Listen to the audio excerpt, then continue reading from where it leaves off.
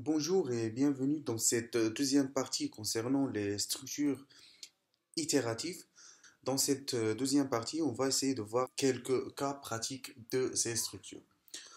Le premier cas, dans lequel on va un petit peu montrer l'utilisation de la boucle for, que vous vous rappelez lors du primaire, au cas où on fait une bêtise, il y a notre institutrice qui nous demande d'écrire par exemple 20 fois je vais pas faire de bêtises dans la classe. Et bien maintenant, puisqu'on est un peu plus grand, par courtoisie, elle va nous demander de le faire sur votre ordinateur, mais sans passer par du copier-coller. Ben, la première solution, elle consiste par exemple à écrire. Donc là, je vais essayer de supprimer ça. Donc la première solution consistera à écrire 20 fois par exemple des printf, c'est-à-dire je ne vais plus faire de bêtises dans la classe. Ah ben, comme ça, on peut mettre à peu près 20 fois un printf pour pouvoir afficher nos messages. Mais grâce aux structures répétitives, on va lui proposer à notre institutrice, bien évidemment, un bonus et l'écrire 40 fois. 80, 100, tout ce que vous voulez, tant que vous n'avez qu'à écrire une seule ligne du message et cette ligne va être recopiée n fois. Ça va dépendre du nombre de fois que vous voulez afficher votre message. Donc avant d'entamer la boucle for, à chaque fois qu'on va par exemple écrire un printf, non pardon.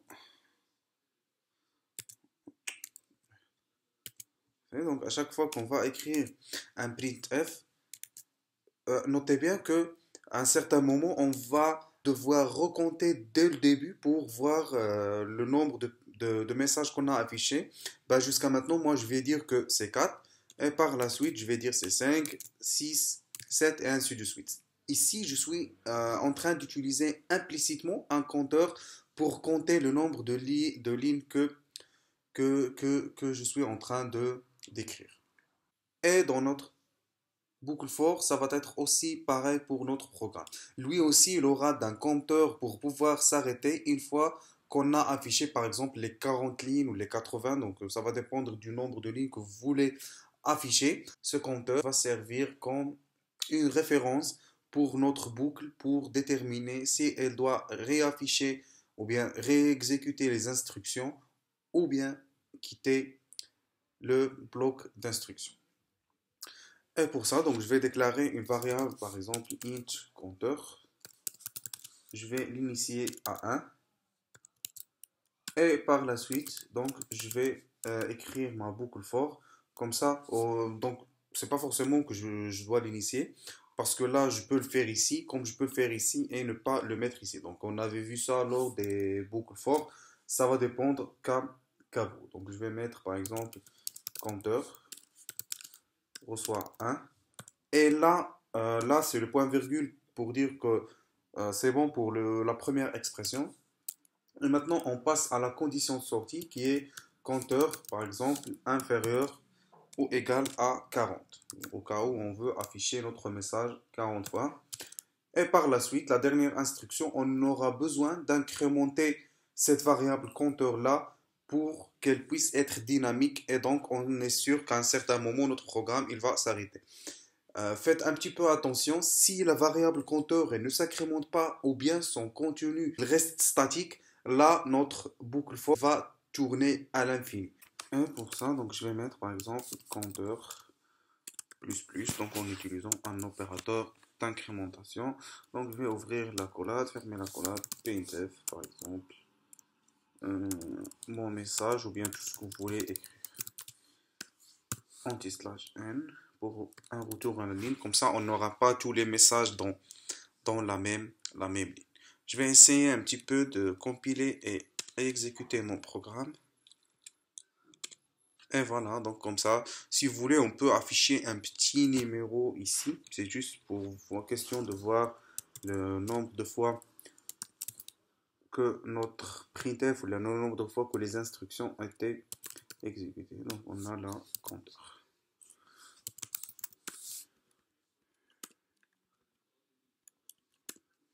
Donc voilà, si vous voulez, on a depuis 1 jusqu'à 40, c'est-à-dire que notre boucle là, cette boucle là, elle a tourné 40 fois avant de pouvoir sortir. Donc ceci dit qu'à un certain moment ici, on a la valeur de compteur qui vaut 40. La dernière instruction, là, c'est comme si compteur plus plus, elle va être exécutée en dernière instruction. Et là, on aura la nouvelle valeur de compteur va recevoir l'ancienne valeur du compteur qui est 40 plus 1. C'est-à-dire que la nouvelle valeur de compteur est maintenant 41. Une fois le programme il va revenir au début de la boucle for, il va essayer de comparer la valeur actuelle de compteur qui est maintenant 41 avec la valeur 40 et il va se demander est-ce que 41 est inférieur ou égal à 40.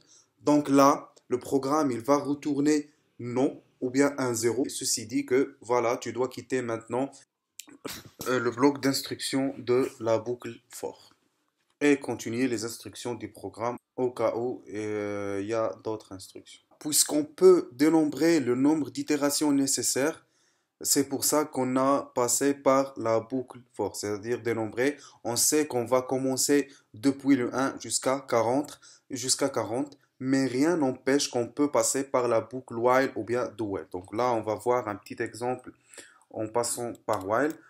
Je serai obligé d'initier mon compteur. Donc là, je vais mettre compteur va recevoir 1 et while par exemple compteur inférieur ou égal à 40.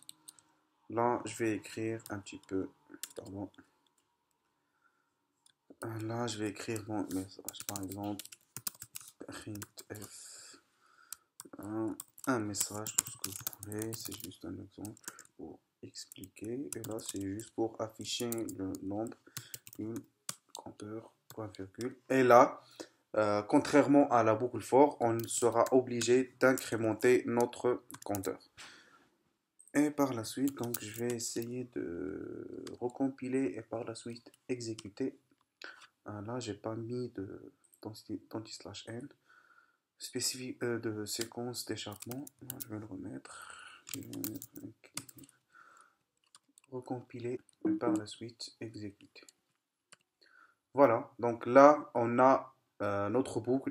Elle s'est bien exécutée 40 fois et notre message il a été affiché 40 fois. Maintenant, pour le deuxième cas, supposons maintenant qu'on a développé un petit programme pour une machine à café. À un certain moment, une fois que l'utilisateur a mis de l'argent, on va lui demander de taper 1 pour un café simple, 2 pour un café au lait et 3 pour du lait au chocolat. Ben là, je dis n'importe quoi tant que ça nous permet de mieux saisir les choses. Si par erreur, l'utilisateur il saisit une valeur autre que 1, 2 et 3. Là, donc, je suppose que je vais écrire, pardon. Ici, on a une variable de type choix utilisateur ou tout ce que vous voulez. Et c'est en se basant sur cette variable que notre machine elle va se décider si elle doit faire du café noir, du café au lait ou bien du lait au chocolat. Donc, je vais mettre par exemple ici le scanf pour lire la donnée qui va être saisie par l'utilisateur. Et on utilisera le spécificateur de format %t, puisque là, on aura besoin de la saisie d'une variable du type entier. Et par la suite, j'aurai l'adresse de choix. C'est-à-dire pour demander à notre programme de stocker la valeur qui va être saisie par le clavier dans l'adresse de la variable choix. Là, je vais mettre par exemple if choix égal à 1 ou bien je vais essayer donc if choix inférieur strictement à 1 ou choix supérieur strictement à 3. Donc là, je vais lui dire que printf, par exemple, /n, erreur de saisie. Et par la suite, on va réécrire ce code-là. si notre utilisateur a le bon goût de se tromper qu'une seule fois, on peut passer par cette structure-là. Donc, la première fois, on avait demandé à l'utilisateur de saisir le numéro de ce qu'il veut boire. Et supposons que juste là, on met juste du code pour être sûr que au cas où notre utilisateur il se trompe, là, on va vérifier la valeur qui a été saisie pour si ça marche, donc c'est bon. Donc les instructions ou bien la machine va pouvoir préparer. Donc là, ça sera la partie du code pour préparer la commande du client ou bien de l'utilisateur, tout ce que vous voulez. Utilisateur. Sinon, ce bloc conditionnel de if va s'exécuter en indiquant à l'utilisateur qu'il a commis une erreur de saisie et qu'on va lui réafficher les mêmes messages pour lui demander de saisir une valeur. Donc là, on va essayer un petit peu ça. Donc là, je vais recompiler et par la suite exécuter. Donc supposons, par exemple, je tape 6. Là, erreur de saisie, on est bien dans la structure conditionnelle if. Le programme, il va redemander une saisie à l'utilisateur. Donc supposons que je vais taper maintenant 8.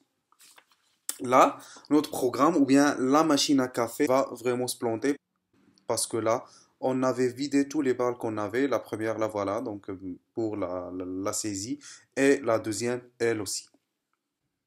Ben là, donc si on n'est pas sûr du nombre de fois que l'utilisateur il va commettre des erreurs, on va faire un petit effort et à rajouter du béton armé à notre programme et on rajoutera deux autres if par exemple ici. Donc je peux mettre par exemple, je vais copier et coller ce bloc là par exemple deux fois pour être sûr que l'utilisateur s'il se trompe au maximum trois fois et que pendant la quatrième fois, il veut saisir la valeur exacte, là, notre programme, il va toujours marcher. Et supposons là que je suis le genre d'utilisateur qui est vraiment trop têtu et qui ne veut vraiment pas que votre programme il marche. Là, je vais taper 6. Je vais m'amuser à taper aussi 7. Je peux taper même -1 et je peux taper 0. Eh ben là, on a aussi on a fait expirer tous les choix possibles qu'on avait et notre programme ou bien notre machine à café, elle va planter parce qu'elle ne peut pas traiter vraiment tous ces cas-là. On avait traité que 4, mais lors de la cinquième saisie, là, le programme, plus savoir quoi faire et donc la machine, elle va se planter. Ben là, on peut se passer du code complètement de tout ce qu'on a écrit là, donc de tous par exemple, ces 20 lignes ou bien 25 lignes qu'on a écrit là, et pouvoir les compresser de telle manière à en écrire que, par exemple, 6 lignes. Et pour ça, on va passer par la boucle while. Donc, puisque là, les instructions ou bien la saisie de la variable dépend vraiment de l'utilisateur, et là, c'est vraiment une condition incertaine. On ne sait pas à n'importe quel moment on va s'arrêter. Donc, même la boucle for, là, elle ne peut vraiment pas trop nous aider. Et c'est pour ça, donc, on va mettre, par exemple, while, choix, inférieur à 1, ou choix par exemple supérieur à 3. Là j'ai un test composé. Je vais écrire je vais mettre les accolades et là je vais fermer mon accolade et là je vais faire de l'indentation pour rendre un peu mon code plus lisible. Je vais supprimer ceci. Donc je vais sauvegarder et par la suite clear. Donc là, je peux mettre -1, je peux mettre par exemple 1. Ah, voilà, donc ça c'est 1. Et je vais, par exemple, clear, je vais mettre un clear. Et là, je peux exécuter mon programme et pouvoir taper toutes les valeurs qui sont possibles sans aucun problème. Là, je suis sûr que mon programme, il va continuer à afficher le menu à l'utilisateur tant que la variable choix ou bien tant qu'il n'a pas saisi une valeur entre 0 et 1. Donc juste pour vous expliquer un truc, Là, si on était vraiment dans des IDE un peu plus vieux, notre programme, il allait planter. Pourquoi? Parce que la variable choix, elle n'a pas été initialisée. Ici, on se trouve entre deux situations. On peut soit déclarer et initialiser la valeur choix avec une valeur autre que 1, 2 et 3. Donc là, je peux mettre par exemple 9. Comme ça, donc je suis sûr que si cette condition, quand elle va être évaluée, elle va trouver que le résultat est vrai et donc on va pouvoir entrer dans la boucle. Soit, par exemple, on va pouvoir écrire ce code-là. Donc là, je peux le mettre ici sans passer par comme ça. Donc je peux m'en passer de l'initialisation. Et comme ça, j'aurai ce code-là. Si l'utilisateur il tape la valeur désirée, c'est-à-dire une valeur entre 1, 2 et 3, on est sûr que la boucle while ne va pas s'exécuter. Sinon, c'est une fois la vérification terminée et que la valeur n'est pas dans l'intervalle 1, 2, 3, alors les instructions au sein de la boucle vont s'exécuter. Comme vous pouvez le remarquer, cette partie du code est similaire au bloc d'instructions de la boucle while. Donc on peut comprendre qu'on a besoin que cette partie, ou bien que ce code-là, s'exécute au moins une seule fois. Et ça va dépendre du choix de l'utilisateur ou bien de la saisie de l'utilisateur. S'il saisit une valeur correcte, alors on ne va pas passer par la boucle while. S'il saisit une valeur erronée ou bien s'il saisit une valeur qui n'est pas dans l'intervalle 1-3, alors c'est la boucle while qui va se déclencher pour pouvoir exécuter les instructions qui sont ici. On peut donc améliorer notre code et on peut mettre le do par exemple. Et là, donc je vais mettre le while. Do while et je vais mettre mes instructions ici. Donc là, je vais supprimer tout ça. Et voilà, donc comme ça, on n'aura plus besoin de initier. Aussi, les instructions qui se trouvent ici, ils vont s'exécuter au moins une seule fois. Donc là, ça va totalement dépendre de la saisie de l'utilisateur. Voilà, pardon, donc j'ai oublié le point virgule. Donc je vais réexécuter et par la suite exécuter mon programme. Donc supposons que je suis un bon utilisateur et que je tape 2. Là, mon programme s'est exécuté normalement. C'est comme si on avait juste les instructions sans le do while. Supposons maintenant que je commets une erreur de saisie, je saisis -1. Alors là, on va déclencher la boucle do while. Pourquoi? Parce que là, la saisie choix, on lui a affecté la valeur -1. Et une fois, avant de sortir de la boucle do while, le programme il a vérifié l'exactitude de ce test de sortie et il a trouvé qu'il renvoie un petit peu la valeur vraie, donc ce qui veut dire que tu dois retourner pour réexécuter cette boucle-là. Donc là, je vais mettre par exemple 9, je peux mettre 0, je peux mettre 12, je peux mettre par exemple 13, autant de valeurs que je veux, 49, -2, -3, tout ce que vous voulez, donc -4, tout ce que vous voulez, la boucle va se réexécuter en que je n'ai pas saisi la valeur demandée. La boucle do while elle est largement utilisée dans les contrôles de saisie et j'espère que vous avez un petit peu assimilé à quoi ça peut servir les boucles et à la prochaine vidéo.